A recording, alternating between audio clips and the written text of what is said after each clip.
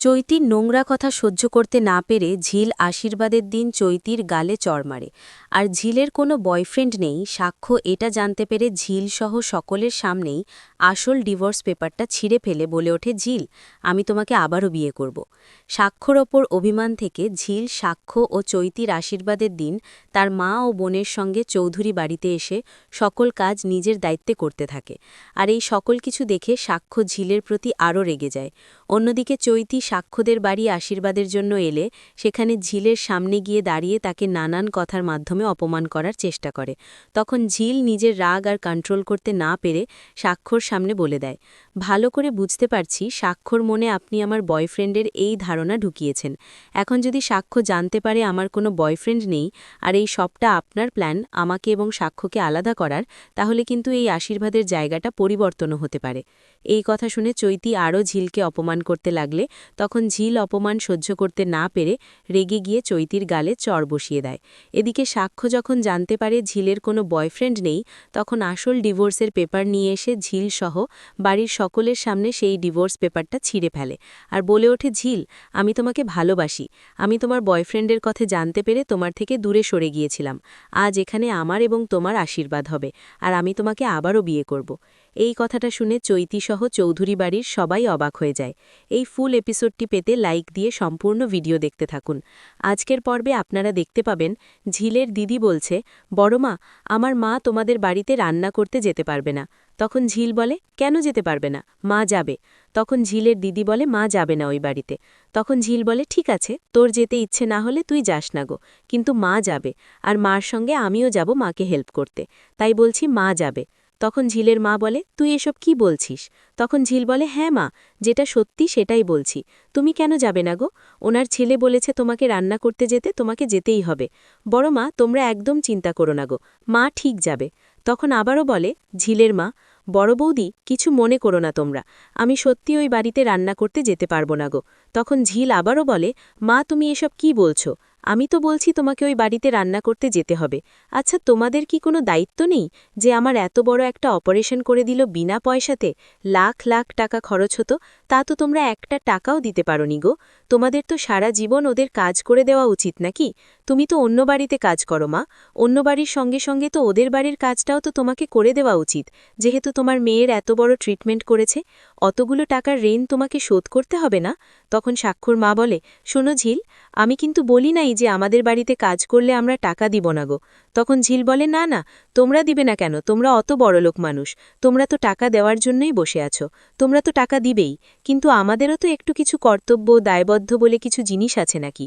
যে তোমার ছেলে অত বড় আমার একটা অপারেশন করে দিল, সেখান থেকে তো মায়ে গিয়ে তোমাদের কাজে হেল্প করাটা উচিত নাকি? তখন বলে, না, আমি সেটা বলছি না গো। ও যদি আমাদের বাড়িতে যায়, কাজটা ফিরে পায়, তাহলে ওরও উপকার হবে, আমাদেরও ভালো লাগবে, সে কারণেই বলছি। তখন ঝিলের মা বলছে, আমি যাব না গো। তখন ঝিল বলছে, বড় মা, আমি যখন বলেছি মা যাবে তখন যাবে, তুমি একদম চিন্তা করো না গো। তখন ঝিলের মা বলছে, আমার হয়ে তুই কথা দিয়ে দিলি? তখন ঝিল বলে, হ্যাঁ, দিয়ে দিলাম, কারণ আমি খুব ভালো করে জানি আমি একবার বললে তুমি না গিয়ে ওখানকার থাকতে পারবে না গো, আর তুমি আমার কথা ঠিক শুনবে, সেটাও আমি খুব ভালো করে জানি। বড় মা, তোমরা একদম চিন্তা করো না গো। তখন ঝিলের মা বলে, আচ্ছা ঠিক আছে, মেয়ে যখন কথা দিয়েই ফেলেছে, তখন আমি যাব তোমাদের বাড়িতে, আর গিয়ে রান্নাটাও করে দিয়ে আসব, তোমরা একদম চিন্তা করো না গো। তখন ওর মেজমণি বলে, তাহলে কিন্তু তোমরা তাড়াতাড়ি চলে এসো তো? ঠিক আছে, আসবো তাড়াতাড়ি। তখন ঝিল বলে, একদম চিন্তা করো না, তাড়াতাড়ি চলে আসবো তোমাদের বাড়িতে, কাল অনুষ্ঠান বলে কথা, অত বড় বাড়িতে রান্নাবান্না করতে হবে, আমরা তাড়াতাড়ি না গেলে হবে? আমি গিয়ে তাড়াতাড়ি গিয়ে রান্না করে দিয়ে আসব।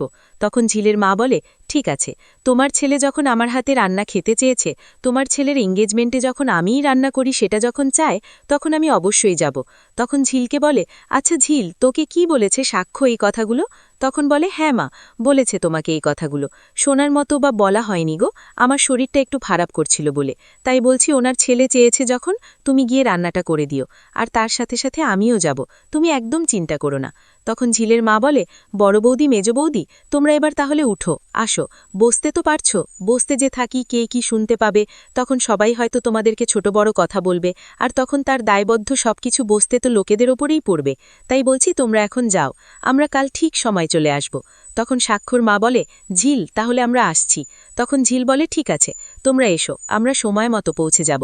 অন্যদিকে দেখা যায় ঝিল নার্সিং হোমে যায়, আর সেখানে একটা নার্স বলে, ওমা, তোমার এত তাড়াতাড়ি শরীর ভালো হয়ে গেছে, তোমার তো এখন 1 মাস বেড রেস্টে থাকা উচিত।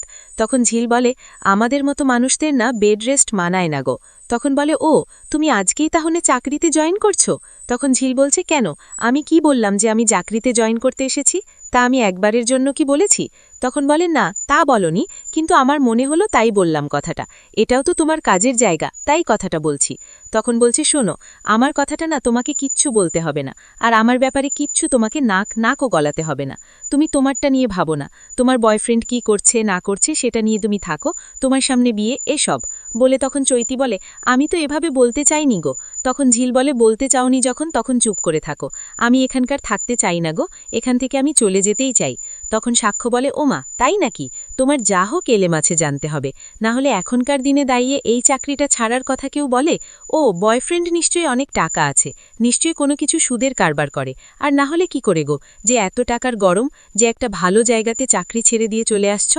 বয়ফ্রেন্ড নিশ্চয়ই চাকরি পছন্দ করে না। তখন ঝিল বলে, আমি কি পছন্দ করে না করে আমার বয়ফ্রেন্ড সেটা আমি দেখে নেব, আপনার দেখার এত কি? তখন সাক্ষ্য বলে, তোমাকে আমি 7টা দিন রেস্ট নিতে বলেছিলাম, আর তুমি সেটাও পারলে না, বয়ফ্রেন্ডের পেছনে বসে স্কুটিতে ঘুরে বেড়াচ্ছ রাস্তায় রাস্তায়। তখন সাক্ষ্যর বাবা বলে, সাক্ষ্য, ও এখন কি করছে না করছে এটা বলার তোমার কিন্তু রাইট নাই, আর তোমার কোনো অধিকারও নেই। তখন সাক্ষ্য বলে, কেন বাবা, আমি ওর ডক্টর, ও আমার পেশেন্ট, আমার সব কিছু বলার অধিকার আছে। তখন সাক্ষ্যর বাবা বলে যে না। তখন ঝিল বলে, শুনেন, আমি যেখানে খুশি যা খুশি আমার বয়ফ্রেন্ডের সাথে আমি কোমরে ধরে গলায় ঘষে যা খুশি তাই করে বেড়াতে পারি, তাতে আপনি কিছু বলতে আসবেন না। আপনারও তো গার্লফ্রেন্ড আছে, আপনি তার সঙ্গে যা খুশি তাই করে বেড়ান। আমি কি বলছি, এই তো কাল আপনাদের এঙ্গেজমেন্ট, আমি কি একবারও বলছি কাল আপনাদের এঙ্গেজমেন্ট কানা করছেন তাই? তখন বলে, না বলছো না তো কি হয়েছে, তুমি আমার পেশেন্ট, তাই তোমাকে বলার আমার অধিকার আছে। তখন বলে, একই কথা কিন্তু বারবার বলবেন না। তখন সাক্ষ্য বলে, তাই নাকি, ঠিক আছে, আমিও এই রেজিগনেশন লেটারটা না আমিও সিগনেচার করব না গো, দেখি তুমি কি করতে পারো, বলে সে রেজিগনেশন লেটারটাকে ঝিলের সামনে ছিঁড়ে ফেলে দেয়। আর তখন সাক্ষ্যর বাবা বলে, সাক্ষ্য, তুই এটা কি করলি? তো হ্যাঁ, আমি কিছুতেই এই সিগনেচারটা করব না গো। তখন চৈতি বলে, একটা কথা বলি আপনাকে, হ্যাঁ, সাক্ষর তো রাগ হওয়াটা স্বাভাবিক, আর ঝিল